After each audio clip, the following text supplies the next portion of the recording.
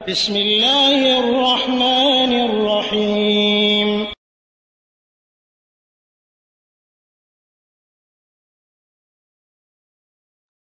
ওয়ালাইকুম আসসালাম ওয়া রাহমাতুল্লাহি ওয়া বারাকাতুহু। জি, আতাউর ভাই মরক্কো থেকে জানতে চেয়েছিলেন কয়েকটি বিষয়। একটি হলো যে আপনার যে উজু করেন মরক্কোতে বালতিতে, সেই বালতিতে একসাথে উজু করলে সে উজু হবে কিনা। আমাদের দেশে ভুল ধারণা আছে যে উজু করা পানি যদি পাত্রে পড়ে যায় তাহলে এটা পানি অপবিত্র হয়ে যায়। তাহলে এটা আমাদের দেশে যেটা করি বিশেষ করে মরক্কোতে, এটা ঠিক আছে কিনা। জি ঠিক আছে, অবশ্যই ঠিক আছে। একই বালতিতে একাধিকবার অথবা একাধিক মানুষ একসাথে উজু করতে পারেন, কোনো সমস্যা নাই। রাসূল সাল্লাল্লাহু আলাইহি সাল্লামের জীবনীতে বা যুগেও এরকমই পাত্রতে উজু করা হতো। একাধিক ব্যক্তি, একাধিক সাহাবা একই পাত্র থেকে উজু করতেন। তবে এই পানি পবিত্রই, অপবিত্র হবে না।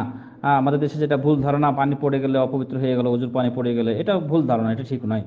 আর দ্বিতীয়ত হলো যে হাঁটুর উপরে কাপড় উঠাইয়া উজু করা, এটাও সমস্যা নাই, এটা উজু ভঙ্গের মধ্যে পড়ে না।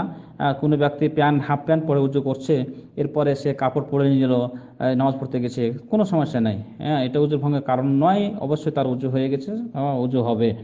আর আরেকটি ছিল যে কোনো ব্যক্তি উজু করার পর তেল মালিশ করছে, হ্যাঁ, গায়ে শরীরে রানে, তাহলে অনেকে বলে এটা উজু ভেঙে গেছে। না, এটা উজু ভাঙবে না। যদি আপনি তার হাঁটু দেখেও নেন, হাঁটুর উপরে কাপড় উঠে গেছে উজু করার পর, তাতেও কোনো উজু ভাঙবে না, এটা উজু ভঙ্গের মধ্যে পড়ে না। তবে সতর্ক সাবধান হবে যে উজু করার পর তেল মাখলে যদি কাপড়ের নিচে লজ্জাস্থানে হাত চলে যায় তাহলে উজু ভেঙে যাবে। তাহলে এটা উজু ভঙ্গের মধ্যে পড়ে।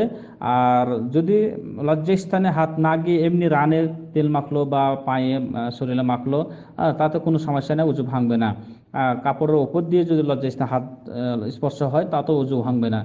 আহ, তো তার সেই ব্যক্তি যেটা করেছে সেটাও ঠিক আছে, উজু ভাঙেনি।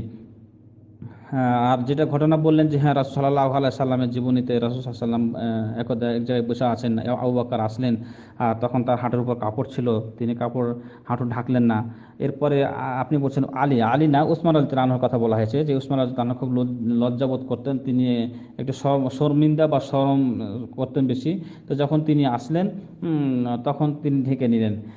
তো এখান থেকে বোঝা গেল যে হাঁটুর ও থেকে নাভি পর্যন্ত এটা হলো পুরুষের জন্য পর্দা বা সতর, ঢেকে রাখতে হবে। এরপরে যদি উঠে যায় কাপড় হাঁটুর উপরে, তাতে কোনো ফরজের ক্ষতি হবে না বা তার কোনো পাপ হবে না।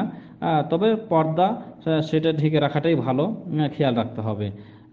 সমস্যা নেই, হাঁটুর উপর যদি কাপড় উঠে যায় উজু ভাঙবে না। আল্লাহ তাআলা আমাদের সঠিকটা বোঝার তৌফিক দান করবে। জাযাকাল্লাহ খায়ের, বারাকাল্লাহ।